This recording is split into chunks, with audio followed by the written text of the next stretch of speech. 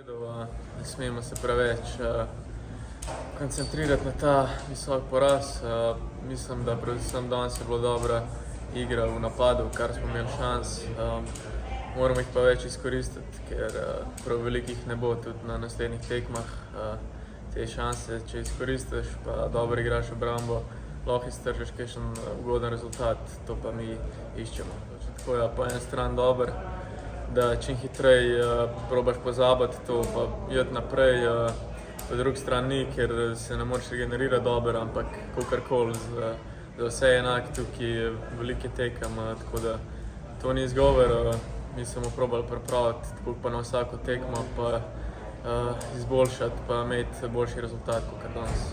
Spet je bilo tekem, priigrali smo se kar nekaj priložnosti, da gol, tam v prvem golu je bilo še ena priložnost za še en gol.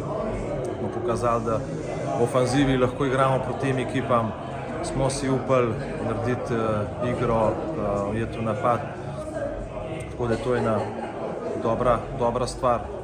Gotovo slabše še ta igra brez paka v obrambi, ker že s tekmo na tekmo veliko se pogovarjamo, da moramo zboljšati te stvari in danes je bila gotovo najslabša tekma glede te defanzive. Ja, časa ni veliko, to je gotovo najboljša stvar, da tudi z glavami nismo predolgo časa na tej tekmi, pa je lahko hitro kakšna negativa pa slaba volja, tako da treba je zremo skle z dvorane, že v mislih na jutr, čim bolj pripraviti, čim bolj se spočiti, recitirati, vemo, kva bo jutr, domača publika, njej so danes dan frej, bojo začeli močno, tako da moramo jutr biti pripravljeni, glave imeti ta prave, pa 60 minut borbe, tako smo fantom tudi rekli, odigrati maksimalno, ko lahko.